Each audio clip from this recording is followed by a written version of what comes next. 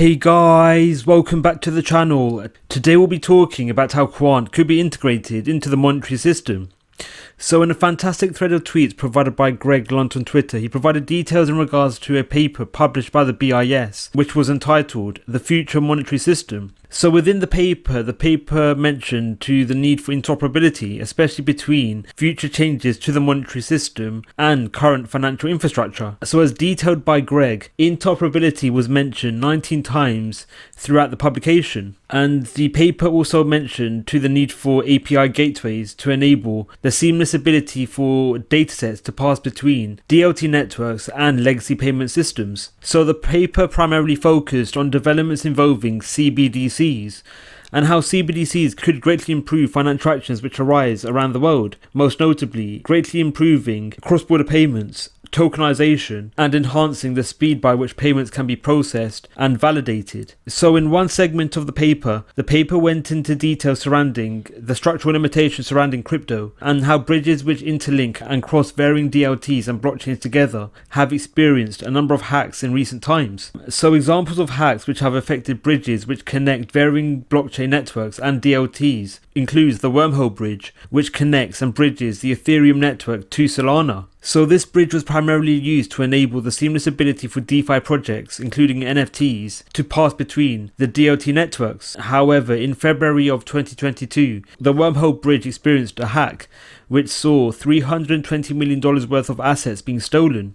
So the hacking of the wormhole bridge is one example of a reason as to why an overarching API gateway, which is decentralized to a sense, would be required to enable the active ability for varying networks, including DLTs, to interoperate and connect. So there are a number of innovations on the marketplace and projects which do specialize in enabling DLT interoperability, including Cosmo, Polkadot, and Quant. So Quant differentiates itself from other blockchain DLT interoperability frameworks, most notably due to its ability to enable the connectivity between DLT networks and legacy systems. So Quant's overledger could be directly incorporated to greatly reduce and mitigate the risk of hacks arising when crypto assets or DeFi protocols or even legacy payment systems are sent between varying networks at a given time. So the paper went into further detail in regards to the need to implement API standards. So API gateways are a means of enabling cross-chain compatibility and interoperability, which will act as a means of enabling private sector systems to merge, communicate, and interoperate with legacy systems, especially those synonymous with central banks. So the rolling out and implementation of API gateways will be a means of greatly improving interoperability frameworks, which again will go a long way in improving communication procedures and the sending of instructions between varying networks and platforms at a given time. So the need for the rolling out and implementation of API gateway, especially between legacy systems and DLT private sector operations, coincides with the rolling out of CBDCs. So CBDCs are looking likely to be based and built using the benefits surrounding DLT. However, despite the benefits surrounding DLT, in instances surrounding enhanced scalability, improved finality rates, and it being more cost effective compared to legacy payment infrastructure. So the rolling out and implementation of CBDCs will mean that an overarching network or technology would be required to enable interoperability and cross-chain compatibility between CBDC networks and legacy banking infrastructure. So the need for an API gateway which will enable the seamless ability for central banks to interoperate and connect with financial infrastructure, especially within the private sector, is illustrated in the following diagram. So the need for an API gateway, especially in enabling cross-network compatibility between DLT networks synonymous with a central bank CBDC and private sector system, especially within the banking sector, could be achieved through the utility and implementation of Quant's Overledger OS ODAP offering, where Overledger again puts itself ahead over other blockchain DLT interoperability frameworks, where Overledger enables the seamless ability for datasets native to DLT networks and legacy networks to cross-communicate. So this will mean that datasets native to a CBDC ledger can be sent to a private legacy network. So this could go a long way in improving the interoperability and connectivity of CBDC frameworks with legacy systems. So if Quant's overledger is chosen to enable this action to emerge, this could be quite beneficial for the overarching Quant network and for potentially QNT token holders, as if central banks wish to use the benefits surrounding overledger, they can only do so if they purchase QNT, where they'll gain access to the licensed products provided by Quant, in this case overledger or the MLT stablecoin. So this could be a reason as to why the price of QNT may increase over time, and this is compounded with QNT also acting as a means of utility and liquidity, especially in instances when datasets are passed between one ledger to another ledger. So this could be quite significant for the overarching overledger ODAP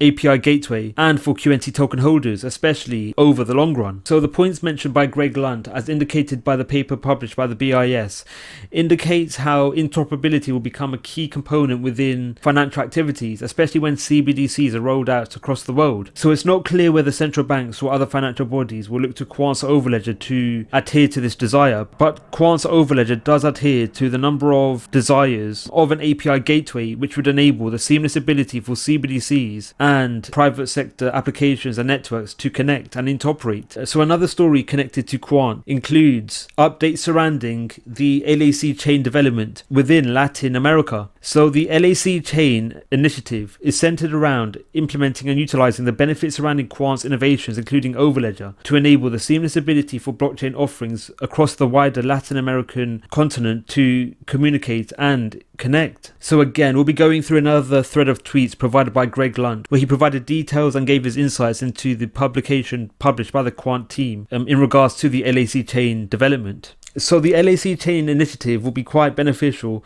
not only in terms of improving the seamlessness, cost effectiveness and finality rates, which are again synonymous with the utility of DLT, but the usage of LAC Chain in conjunction with the utility of overledger will mean that blockchain financial infrastructure associated with the LAC Chain initiative will be able to coexist and interoperate with existing networks. And this again is enabled through the benefits provided by Quant's innovations, including overledger. So the LAC Chain initiative has been put into effect, most notably due to the benefits this framework will provide, especially in terms of cross-border payments, where the utility of blockchain infrastructure coupled with overledger will greatly improve financial actions which arise between varying regions, especially within the Latin American region, where the utility of blockchain infrastructure will mean that the utility of stablecoins could be used and implemented to execute financial actions which arise across the wider Latin American region. And this is compounded with the utility of overledger, which will mean that financial actions which arise within the LAC Chain blockchain system and can interoperate and connect with legacy systems. So the development of the LAC Chain initiative is part of a wider ambition put forward by the Quant team, where the team are aspiring to connect other regional DLT networks, especially in North America, the EU, Asia and Africa, to the LAC Chain blockchain network native to South America. So the potential for varying blockchain networks synonymous with varying regions around the world could mean that the likes of Quant's overledger could be at the center of validating and enabling financial actions which arise around the world. So again, this is another exciting use case surrounding Quant's technology, in this case overledger, and potentially Quant's MLT stablecoin too, where as mentioned, the benefits provided by the LAC Chain initiative is also centered around the utility of stablecoins. So the benefits provided by stablecoins, especially in instances surrounding the validation of payments, could mean that Quant's other innovations, including MLT, could be utilized. So again, another potential use case surrounding Quant's technologies. So with CBDCs and blockchain networks looking to become integrated into the financial sector and across wider society, the need for interoperability will become increasingly more important, be it in enabling the compatibility and interoperability of varying DLTs, or the interoperability between DLTs and legacy systems. So due to these indications, Quant's overledger ODAP offering could be at the center of such initiatives. What are your thoughts on Quant? Do you think the BIS should use Quant's innovations? Let us know your views in the comments below. Thank you for watching Crypto Clan. Don't forget to like, subscribe and click on the notification bell. Let us know your views in the comments below. Thank you for watching and we'll see you in the next video.